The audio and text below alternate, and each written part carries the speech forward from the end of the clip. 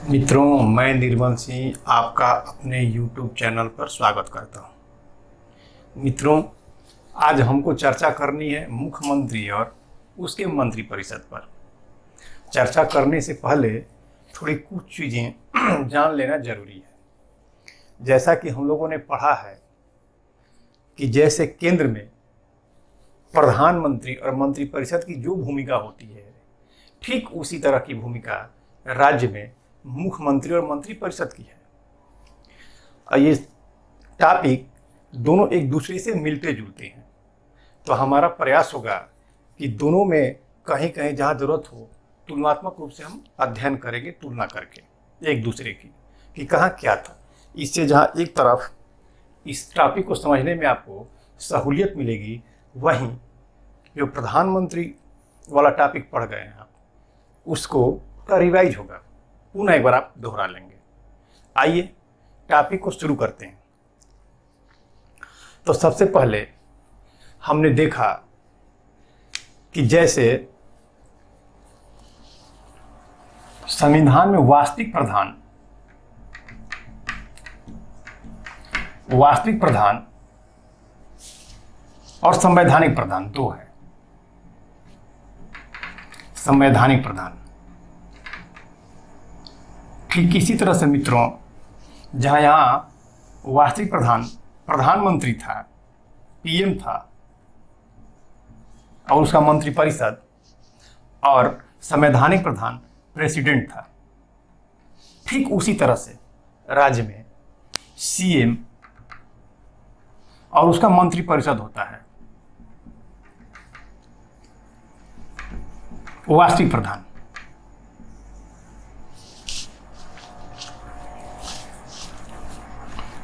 और यह है संवैधानिक प्रधान।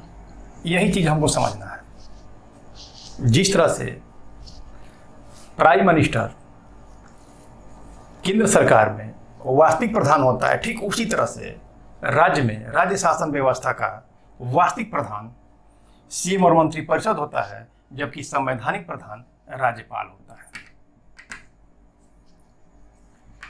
राज्यपाल होता है। इतनी बातें समझ में आ गई होंगी। तो मित्रों, आगे अनुच्छेद, भारतीय संविधान का अनुच्छेद, भारतीय संविधान का अनुच्छेद 163 कहता है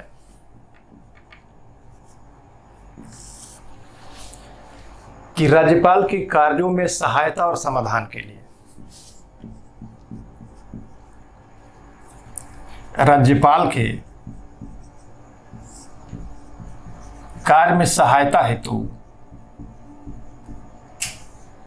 एक मंत्रिपरिषद होगा। एक मंत्री परिषद होता है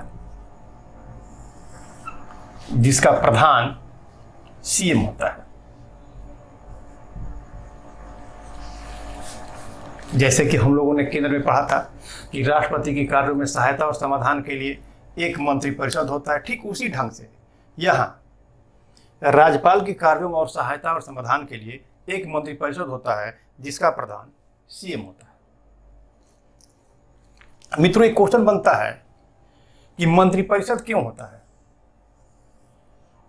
तो याद रखिएगा, मंत्रिपरिषद या तो राज्य सरकार की या केंद्र सरकार की, केंद्र सरकार का कहा जाएगा तो राष्ट्रपति के कार्यों में सहायता और समाधान के लिए, और यहाँ राज्यपाल के कार्यों में सहायता और समाधान के लिए मंत्रिपरिषद होता है।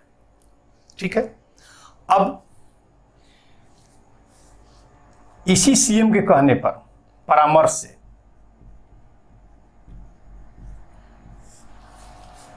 राज्यपाल अन्य मंत्रियों की नियुक्ति करता है।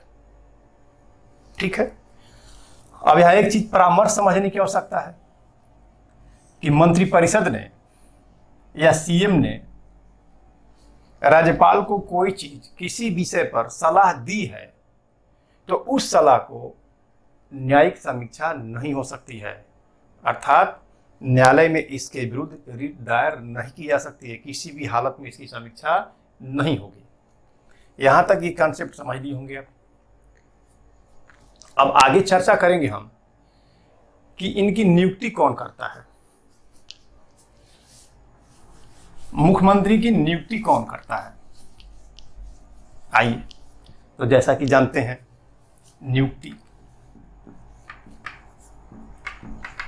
नियुक्ति करता है राज्यपाल।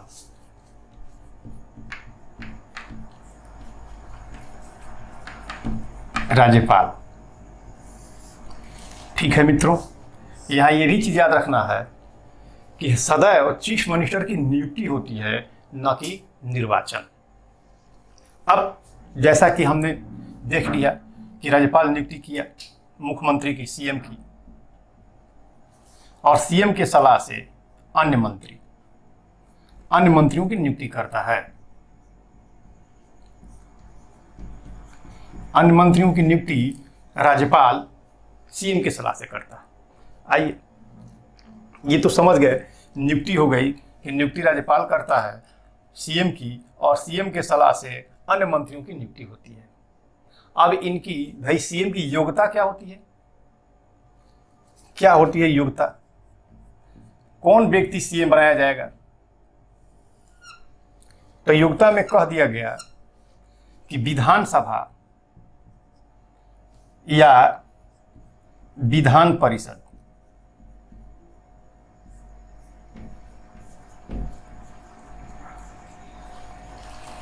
का सदस्य हो। इसकी योग्यता क्या है? या तो चीफ मिनिस्टर विधान परिषद का सदस्य हो या विधानसभा का सदस्य होना चाहिए। अब प्रश्न उत्पन्न होता है कि क्या कोई वैसा व्यक्ति सीएम बनाया जा सकता है जो इन दोनों में से किसी भी सदन का सदस्य ना हो? तो हाँ मित्रों, ऐसे व्यक्ति को राज्यपाल मुख्यमंत्री बना सकता है, लेकिन शर्त यह है कि 6 माह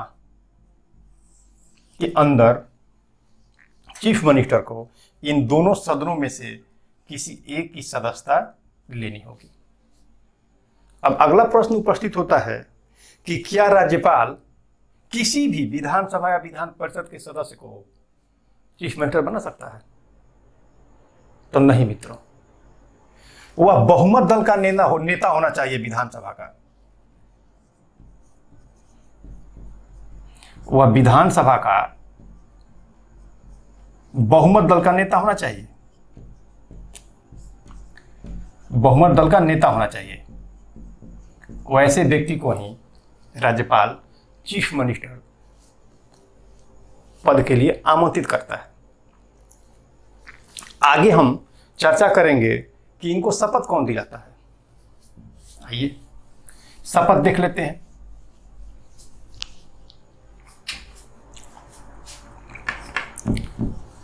शपथ, तो इनको शपथ दिलाता है, जैसा कि आप जानते हैं कि प्रधानमंत्री को शपथ दिलाता था राष्ट्रपति, ठीक उसी तरह से यहां सीएम को शपथ दिलाएगा राज्यपाल।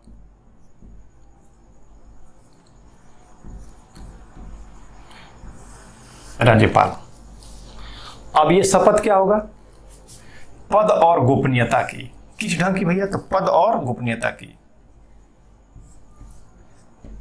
पद एवं गोपनीयता।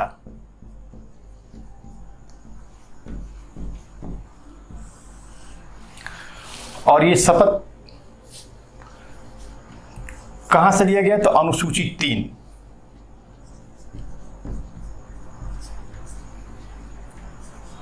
अनुसूची 3 में शपथ दिए गए हैं विभिन्न अधिकारियों के, वहीं से लिया गया है शपथ। ये शपथ लेगा पद और गोपनीयता की।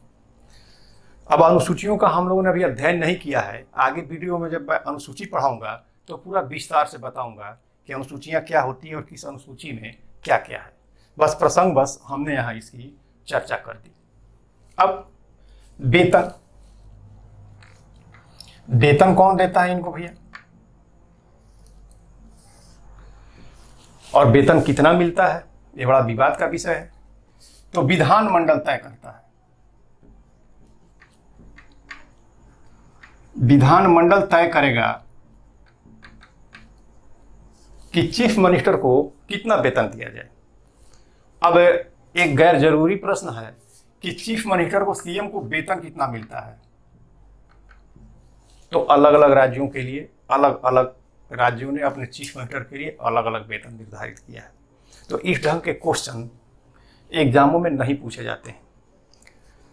भारत में 25 स्टेट हैं, तो हर स्टेट में अलग अलग इनका वेतन निर्धारित किया जाता है, विधानमंडलों के द्वारा किया गया है। तो ऐसे में ये क्वेश्चन पूछे ही नहीं जाते हैं, तो समझने की यहाँ ज़रूरत नहीं है। अब आगे टॉपिक हम चर्चा करेंगे कि इनका कार्यकाल क्या होता है। आखिर ये चीफ मिनिस्टर कितने दिन तक अपने पद पे रहते हैं। आइए चर्चा करते हैं इनके कार्यकाल पर। कार्यकाल आमतौर पर माना जाता है कि इनका कार्यकाल 5 वर्ष होता है। यहां समझने की बात है कि चूंकि विधानसभा का कार्यकाल 5 वर्ष होता है, इसीलिए मान लिया गया कि चीफ मिनिस्टर का कार्यकाल भी 5 वर्ष होगा। लेकिन यहाँ एक शब्द है राज्यपाल के प्रसाद पर्यंत।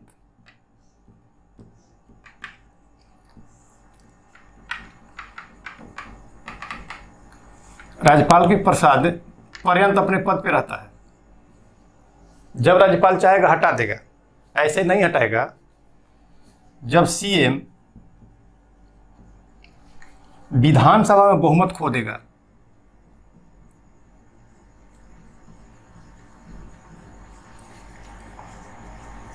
बहुमत खो देता है और यदि इस्तीफा न दे, ऐसा कंडीशन जब सीएम ने विधानसभा में अपना बहुमत खो दिया हो, फिर भी वो इस्तीफा देने के लिए तैयार नहीं है, तो ऐसी कंडीशन में राज्यपाल बर्खास्त कर देता है सीएम को। इसीलिए कहा गया है कि राज्यपाल के प्रसाद पर्यंत अपने पद पे चीफ मिनिस्टर रहता है। अब ऐसे भी यदि चीफ मिनिस्टर अविश्वास प्रस्ताव आ जाए, अविश्वास का यदि प्रस्ताव पारित हो जाए, तो चीफ मिनिस्टर को अपना पद उसी समय छोड़ना पड़ता है। तो मित्रों, आमतौर पे 5 वर्ष माना जाता है, लेकिन यदि 5 वर्ष भी क्वेश्चन में रहे विकल्प में और राज्यपाल के प्रसाद पर्यंत भी विकल्प में शामिल हो, तो आपको टिक करना है राज्यपाल के प्रसाद पर्यंत। अब आइए, यहां तक तो हम लोग समझ गए। आगे देखते हैं कि सीएम कौन कौन से कार्य करता है, उसके कार्य और अधिकार क्या है। आइए तो कार्य अधिकार पे चर्चा करते हैं और देखते हैं कि कैसे ये कार्य अधिकार में प्रधानमंत्री के नजदीक हो। उसी ढंग के मतलब नजदीक का मतलब उसी ढंग के इसको अधिकार प्राप्त है जैसे प्राइम मिनिस्टर को। आइए इसके कार्य एवं अधिकार देखते हैं।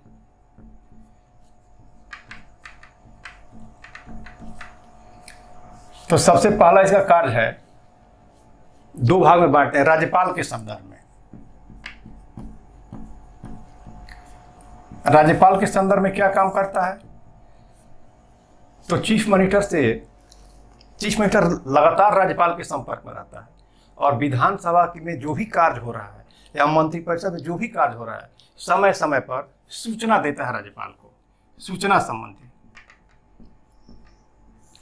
कार्य देता है, कार्यों की जानकारी देता है, क्या कार्य हो रहा है, कार्य की जानकारी देता है।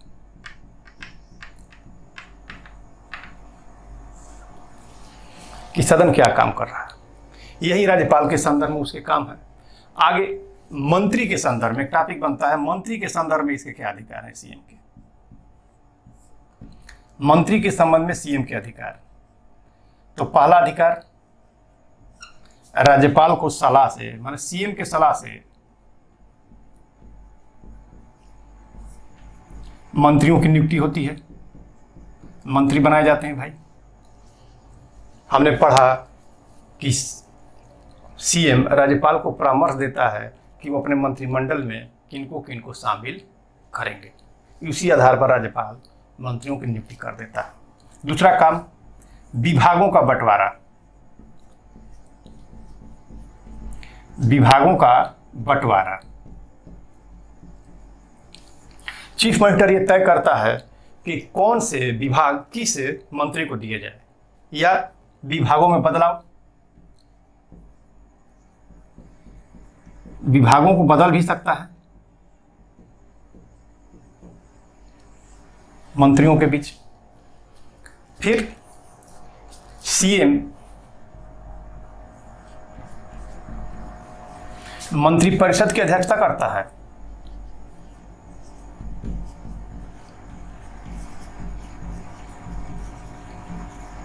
मंत्रिपरिषद की अध्यक्षता करता है। जब जब मंत्रिपरिषद की बैठक होती है उसका अध्यक्ष सीएम ही होता है। और चौथा मित्र, जब किसी कारणवश चीफ मिनिस्टर किसी मंत्री पे गुस्सा होता है या जो भी हो, तो वह उसको त्याग पत्र देने के लिए कह सकता है।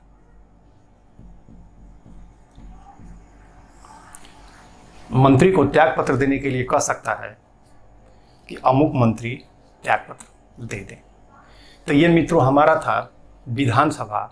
तो हम लोग पढ़ गए हैं मुख्यमंत्री और मंत्रिपरिषद, ये इनकी नियुक्ति, योग्यता, शपथ, वेतन, कार्यकाल और उसके कार्य और अधिकार हैं। मैं छोटा वीडियो इसलिए बना रहा हूँ ताकि तथ्यात्मक रूप से बातें आपके सामने सारी प्रस्तुत किया जा सके, बेहतर ढंग से आप समझ सकें, ताकि आने वाले एग्जाम में आप बेहतर करें। आपसे कोई एग्जाम में जो प्रश्न है पूछे जाते हैं वो छूट न जाए, यही मेरा प्रयास रहता है।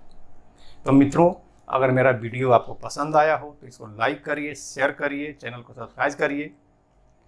धन्यवाद। फिर आगे अगले वीडियो में मिलते हैं।